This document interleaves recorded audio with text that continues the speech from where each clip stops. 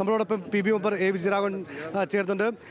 ഈ കേരളത്തിനെ ഒരു വലിയ വികസന രേഖ മുന്നോട്ട് വയ്ക്കുന്ന ഒരു സംസ്ഥാന സമ്മേളനമാണ്. എങ്ങനെയാണ് താങ്കൾ ഇതിന് വിലയിരുത്തുന്നത്? കേരളം ഒരു വലിയ മുന്നേറ്റത്തിലേക്ക് പോവുകയാണ്. വിപ്ലവവും വികസനവും സ്വപ്നം കാണുന്ന ജനതയാണ് കേരളത്തിൽ. അപ്പോൾ അവരുടെ വിപ്ലവ സ്വപ്നങ്ങൾക്ക് വലിയ കരുത്ത് നൽകിയ പ്രസ്ഥാനമാണ് കമ്മ്യൂണിസ്റ്റ് പാർട്ടി.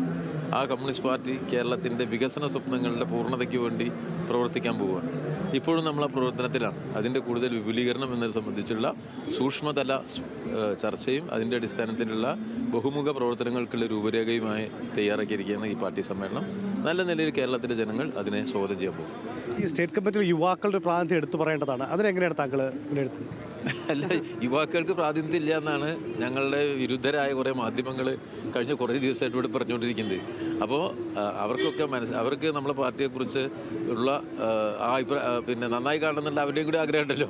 അപ്പോൾ നമ്മൾ സ്വാഭാവികമായിട്ട് പാർട്ടി എല്ലാ കാലത്തും ചെറുപ്പക്കാർക്ക് വലിയ പ്രൊമോഷൻ കൊടുക്കുന്ന പാർട്ടിയാണ്.